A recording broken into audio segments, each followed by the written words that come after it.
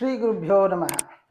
ಆತ್ಮೀಯ ಬಂಧುಗಳೇ, ಪ್ರತಿ ಮಾಸ ನಾವು ಈ ತತ್ಸಮ್ಮತ ಮುಖಾಂತರ ವಾಹಿನಿಯ ಮುಖಾಂತರ ಅನೇಕರಿಗೆ ಅನುಕೂಲ ಆಗುವ ಹಾಗೆ ಮಾಸ ಭವಿಷ್ಯವನ್ನು ಹೇಳ್ತಾ ಬರ್ತಾ ಇದ್ದೇವೆ.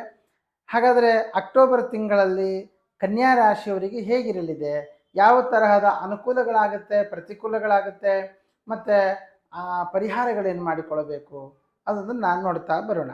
ಈ ಕನ್ಯಾ ರಾಶಿಯವರಿಗೆ ಒಳ್ಳೆಯ ಗುರುಬಲ, ಅದರಲ್ಲಿಯೂ ಕೂಡ ಈ 10ನೇ ಮನೆಯಲ್ಲಿ ಸ್ವಕ್ಷೇತ್ರದಲ್ಲಿ ಅವನದ್ದೇ ಆದಂತಹ ಕ್ಷೇತ್ರದಲ್ಲಿ ಗುರು ಬರುವಂತಹದ್ದು ಬಹಳ ಒಳ್ಳೆಯದು.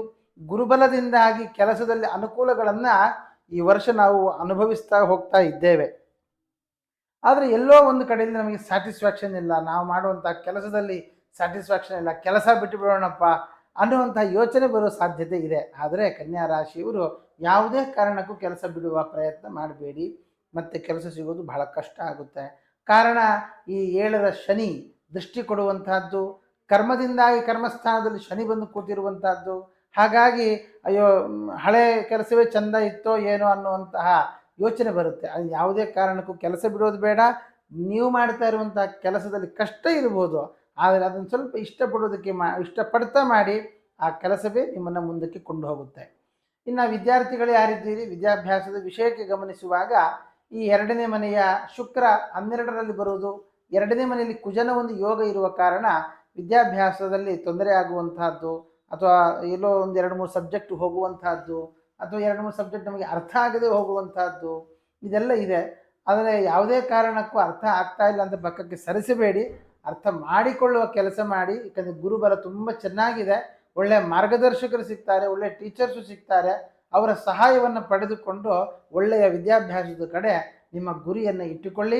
ಖಂಡಿತ ಕನ್ಯಾ ರಾಶಿಯವರಿಗೆ ಒಳ್ಳೆಯದಾಗುತ್ತೆ. ಇನ್ನು ಆರೋಗ್ಯದ ವಿಷಯಕ್ಕೆ ನೋಡುವಾಗ 6ನೇ ಮನೆಯಲ್ಲಿ ರಾಹುವಿನ ಒಂದು ಯೋಗ ಇದೆ. 6ನೇ ಮನೆಯಲ್ಲಿ ರಾಹುವಿನ ಒಂದು ಯೋಗ ಇರುವ ಕಾರಣ, ಶನಿ ದೃಷ್ಟಿಯೂ ಇರುವ ಕಾರಣ ನರಗಳಿಗೆ ಸಂಬಂಧಪಟ್ಟ ಹಾಗೆ ಮತ್ತು ಮಾನಸಿಕವಾಗಿ ಬೇಗ ಕುಗ್ಗು ಹೋಗುವಂತಹದ್ದು, ಅಥವಾ ಯಾರಾದರೂ ಏನಾದರೂ ನೆಗೆಟಿವ್ ಆಗಿ ಮಾತಾಡಿಬಿಟ್ರೆ ಆ ನೆಗೆಟಿವನ್ನು ಹೆಚ್ಚು ತಲೆಗೆ ಹಾಕಿಕೊಳ್ಳುವಂತಹ ಸಾಧ್ಯತೆ ಕನ್ಯಾ ರಾಶಿಯವರದ್ದು. ಆದ್ದರಿಂದ ಆ ರೀತಿಯಾದ ಯೋಚನೆಗಳು ಬರದೆ ಪಾಸಿಟಿವ್ ಆಗಿರ್ತಕ್ಕಂತಹ ಯೋಚನೆಗಳನ್ನು ಮಾಡ್ತಾ ಬನ್ನಿ. ಅದು ನಮಗಿಲ್ಲ, ನೆಗೆಟಿವೇ ಜಾಸ್ತಿ ಬರುತ್ತೆ ಅಂತ ಆದಾಗ ನೀವು ಪ್ರಾಣಾಯಾಮ, ಧ್ಯಾನ ಇತ್ಯಾದಿಗಳನ್ನು, ಸೂರ್ಯ ನಮಸ್ಕಾರ ಇತ್ಯಾದಿಗಳ ಯೋಗದ ಅಭ್ಯಾಸವನ್ನು ಮಾಡ್ತಾ ಬನ್ನಿ. ಆವಾಗ ಹೆಚ್ಚಿನ ಪಾಸಿಟಿವಿಟಿಯನ್ನು ನಿಮ್ಮ ಬುದ್ಧಿ ಚಿಂತನೆ ಮಾಡುವುದಕ್ಕೆ ಪ್ರಾರಂಭ ಮಾಡುತ್ತೆ. ಇನ್ನು ವಿವಾಹಾರ್ಥಿಗಳಿಗೆ ಆಗುವಾಗ ವಿವಾಹದ ವಿಷಯದಲ್ಲಿ ಅನುಕೂಲ ಇದೆ, ಜೊತೆಗೆ ಪ್ರತಿಕೂಲವೂ ಇದೆ. ಕಾರಣ ಸಪ್ತಮಾಧಿಪತಿಯಾದ ಗುರು ಚೆನ್ನಾಗಿದ್ದರೂ ಸಪ್ತಮದಲ್ಲಿ ಶನಿ ಬಂದ ಕಾರಣ ಎಲ್ಲೋ ಒಂದು ಕಡೆಯಲ್ಲಿ ನಾವು ಇಷ್ಟಪಟ್ಟದ್ದು ಒಂದಾದರೆ ನಮಗೆ ಸಿಗೋದು ಇನ್ನೊಂದಾಗತ್ತೆ.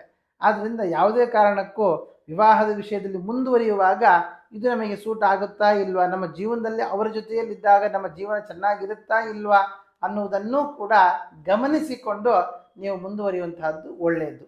ಇನ್ನು ಈ ತೃತೀಯಾಧಿಪತಿಯಾದ ಕುಜನೇ ದ್ವಿತೀಯದಲ್ಲಿ ಬಂದ ಕಾರಣ ಒಂದು ಹಣಕಾಸಿನಲ್ಲಿ ಇನ್ವೆಸ್ಟ್ಮೆಂಟ್ ಮಾಡುವಾಗ ಧೈರ್ಯ ಸಾಕಾಗದೆ ಹೋಗುವಂತಹದ್ದು, ಅದು ಬಿಸ್ನೆಸ್ ಮ್ಯಾನ್ಗಳಿಗೆ ನಾನು ಹೇಳ್ತಾ ಇರುವಂತಹದ್ದು.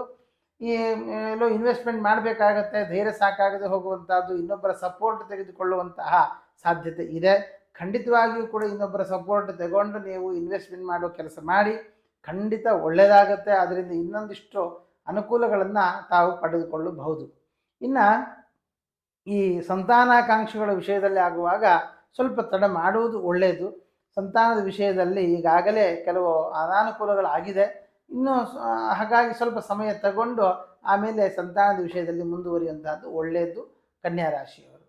ಇನ್ನು ಈ ಅಷ್ಟಮಾಧಿಪತಿಯಾದ ಕುಜ ದ್ವಿತೀಯದಲ್ಲಿ ಬರುವ ಕಾರಣ ನಿಮ್ಮ ಆರೋಗ್ಯದ ವಿಷಯದಲ್ಲಿ, ಅದರಲ್ಲಿಯೂ ವಾಹನಕ್ಕೆ ಹೋಗುವಾಗ ತಲೆ ತಿರುಗುವಂತಹದ್ದು, ಅಥವಾ ಈ ಬಿಸಿಲಲ್ಲಿ ಹೆಚ್ಚು ಹೋದಾಗ ಕೆಲವು ಸಮಸ್ಯೆಗಳನ್ನು ಎದುರಿಸುವಂಥ ಸಾಧ್ಯತೆ ಇದೆ.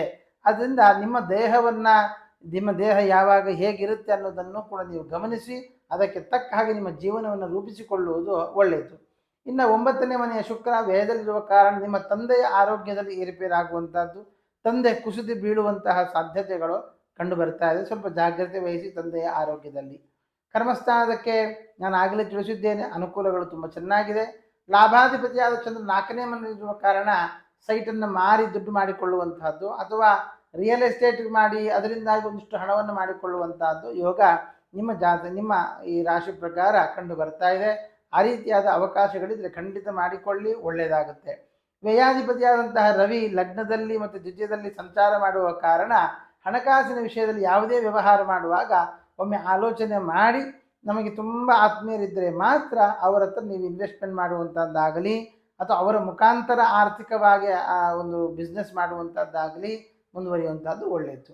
ಹಾಗಾಗಿ ಈ ಕನ್ಯಾ ರಾಶಿಯವರಿಗೆ ವಿಶೇಷವಾಗಿ ನಾವು ಹೇಳುವಾಗೆ ಒಂದು ಈ ದೇವಿಗೆ ಸಂಬಂಧಪಟ್ಟ ಆರಾಧನೆಗಳನ್ನು ಮಾಡುವಂತಹದ್ದು ಅಥವಾ ಮಹಾಗಣಪತಿಯ ಪ್ರಾರ್ಥನೆ, ಮಹಾಗಣಪತಿ ಅಥರ್ವಶೀರ್ಷ ಮಂತ್ರದ ಜಪ ಮಾಡುವಂತಹದ್ದು, ಮಹಾಗಣಪತಿ ದೇವಾಲಯಕ್ಕೆ ಹೋಗಿ ಗರಿಕೆಯನ್ನು ಸಮರ್ಪಣೆ ಮಾಡುವಂತಹದ್ದು, ಬಿಳಿ ಎಕ್ಕದ ಪುಷ್ಪಗಳಿಂದ ಅವನಿಗೆ ಅರ್ಚನೆ ಮಾಡುವಂತಹದ್ದು, ಅಥವಾ ಅವನಿಗೆ ಕಡುಬು ನೈವೇದ್ಯಾದಿಗಳನ್ನು, ಹೀಗೆ ಮಹಾಗಣಪತಿಗೆ ಏನೇನು ಮಾಡಲಿಕ್ಕಾಗುತ್ತೋ ಅದನ್ನೆಲ್ಲವನ್ನು ಕೂಡ ಮಾಡಿ ಎಲ್ಲ ಕಷ್ಟಗಳನ್ನು ಪರಿಹಾರ ಮಾಡಿಕೊಂಡು ಒಳ್ಳೆಯ ಜೀವನವನ್ನು ನೀವು ಸಾಗಿಸಬಹುದು ಅಂತ ಹೇಳ್ತಾ ಶ್ರೀಕೃಷ್ಣಾರ್ಪಣಮಸ್ತು.